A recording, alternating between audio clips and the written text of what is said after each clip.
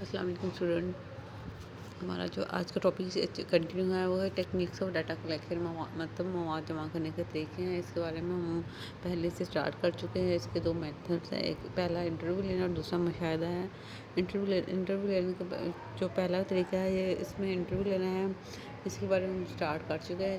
جب face to face interaction ہوتا ہے، ریسرچر کوشچن پوچھ رہا ہوتا ہے رسپونڈنٹ سے، تو ان دونوں کے درمیان انٹریکشن ہو رہا ہوتا ہے اور ایک سوشل کنڈیشن یا پھر ایک سماجی حالت قائم ہو رہی ہوتی ہے. ریسرچر جو ہوتا ہے وہ رسپونڈنٹ کو اس حد تک کانفیڈنس دیتا ہے کہ وہ ان دونوں کے درمیان انڈرسٹینڈنگ ڈیولپ ہو جائے اور رسپونڈنٹ ریسرچر پر ٹرسٹ کر سکے. تو جب دونوں کے درمیان ذہنی رابطہ قائم ہو جاتا ہے، تو تب رسپونڈنٹ اس پر مکمل طور پر اعتماد کر کے اس کے سوالوں کا صحیح جواب دیتا ہے. اس کے بعد انٹرویو لینے کے لیے کچھ گائیڈ لائن دی گئی ہے کہ انٹرویو کنڈکٹ کرنے سے پہلے ہمیں ان گائیڈ لائنس کو فالو کرنا ہوتا ہے. جو سب سے پہلا اس میں ٹیکنیک ہے، جو سب سے پہلا اس میں گائیڈ لائن ہے وہ ہے السلام کہنا، السلام علیکم بولنا چاہیے.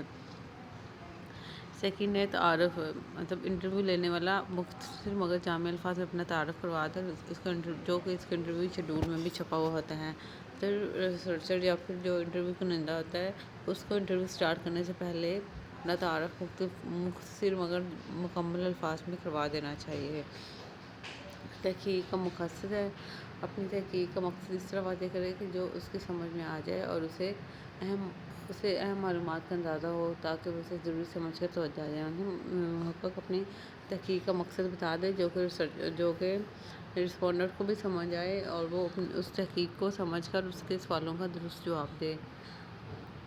اس کے بعد فورتھ ہے خفیہ. اپنے سوال نامے پر کانفیڈینشیل یا پھر خفیہ کے الفاظ ہونے چاہیے تاکہ اسے یقین ہو جائے کہ اس کی معلومات محدود رہیں گی. مطلب اس میں یہ ہوتا ہے کہ ریسرچر کو اپنے جو اس کا سوال نامہ ہوتا ہے اس پر کانفیڈینشیل کے الفاظ ہونے چاہیے کہ وہ رسپونڈر کو اس بات کا یقین دلائے کہ وہ اس کو جو بھی معلومات پرووائڈ کرے گا ان کو کانفیڈینشیل رکھا جائے گا اور ان کی معلومات اس کے علاوہ کسی تک نہیں پہنچی جائیں گی اور نہ ہی اس کا نام مینشن کیا جائے گا، اس لیے ریسرچر رسپونڈنٹ مکمل طور پر اس پر ٹرسٹ کر سکے. اس کے بعد نیکسٹ ہے مسئلہ کی وضاحت. جس مسئلے پر تحقیق کی جا رہی ہو اس مسئلے کی وضاحت کرے.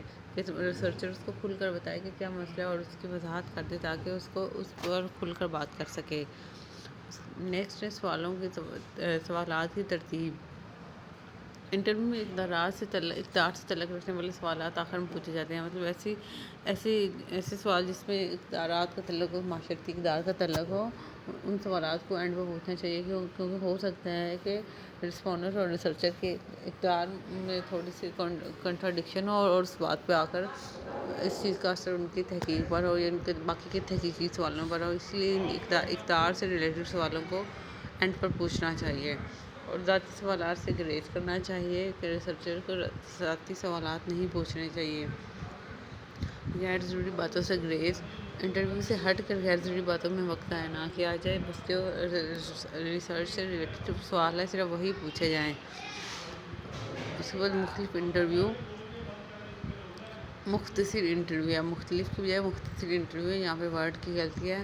مختصر انٹرویو زیادہ سے زیادہ 15 سے 20 منٹ کے اندر ختم ہو جانی چاہیے. مطلب اس کا ڈیوریشن بہت زیادہ لمبا نہیں ہونا چاہیے.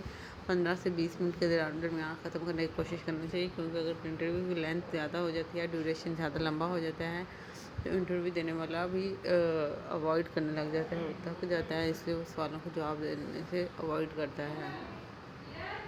اس کے بعد ہے اختیار کی پابندی ہے. جو سوالات انٹرویو دہندہ سے پوچھے جاتے ہیں وہ کسی صورت میں اس کی اقدار کے خلاف نہ ہو، ورنہ ناراض ہو کر انٹرویو نہ دے گا یا جواب صحیح نہیں دے گا، جس سے تحقیق کا عمل رک جائے گا. کہ ریسرچر جو سوالات پوچھ رہا ہے اس کی معاشرتی قدروں کے خلاف نہیں ہونا چاہیے. اگر ایسا ہوا تو محقق اس سے ناراض ہوگا، وہ ان سوالوں کے صحیح جواب نہیں دے گا اور اس کا اثر ریسرچ پر بھی ہوگا. سادہ زبان. نیکسٹ ہے سادہ زبان. نیکسٹ ہے سادہ زبان۔ انٹرویو کی نمائندہ اپنے آپ کو اس طرح تیار کرے جس سے زیادہ سے زیادہ قابل اعتماد جوابات حاصل ہوں۔ انٹرویو اپنے سوالوں کو اس طرح تیار کرے کہ اسے اس چیز کی امید ہے کہ اس کو زیادہ سے زیادہ رسپانس ملے گا، مطلب وہ جو اس نے الفاظ استعمال کرنے ہیں وہ سمپل ہو، جو رسپونڈرس کی بھی سمجھ میں آ جائیں، اور اس کا انٹرویو لینے والے کا معیار زندگی، اس کی زبان، لباس وغیرہ، ان ساری چیزوں کو ذہن میں رکھ کے وہ اپنے آپ کی تیاری کرے کہ وہ اپنی فزیکل اپیرنس بھی ایسی لے کر جائے کہ رسپونڈنٹ اس کو دیکھ کر آکورڈ فیل نہ کرے یا اس سے اوائڈ نہ کرے، اس لیے وہ جو ریسرچر ہوتا ہے اس کو اپنا جو لائف اسٹائل یا پھر جو اپنی ظاہری اپیرنس ہوتی ہے، اپنا لباس، اس کا زبان، اس کا معیار زندگی وغیرہ، یہ ساری چیزیں رسپونڈرس کے معیار زندگی، لباس وغیرہ کا ذہن میں رکھ کے اس کے مطابق اپنی تیاری کرنی چاہیے، تاکہ وہ جو رسپونڈنٹ ہوتا ہے اس پر اعتماد کر کے اس کے سوالوں کے جوابات دے سکیں۔ اس کے بعد ہے انٹرویو گائیڈ کا استعمال۔ انٹرویو کے لیے انٹرویو گائیڈ یا پھر انٹرویو شیڈول کا استعمال لازمی کرنا چاہیے۔ یہ دونوں مختلف ہوتے ہیں تھوڑے سے۔ انٹرویو شیڈول جو ہوتا ہے اس میں سوالات کے جوابات بھی تیار کر لیے جاتے ہیں، اور جو انٹرویو دینے والا ہوتا ہے وہ ان جوابوں میں سے جو جواب درست سمجھتا ہے انٹرویو کرندہ کو زبانی بتا دیتا ہے۔ انٹرویو شیڈول میں اس کو یہ ہوتا ہے کہ سوالوں کے جواب بتا دیے گئے ہوتے ہیں، اور رسپونڈنٹ جو ہوتا ہے اس کو ان جوابات میں سے کوئی ایک کا انتخاب کر کے انٹرویو لینے والے کو بتا دیا جاتا ہے، یا پھر وہ خود درست جواب پر نشان لگا دیتا ہے۔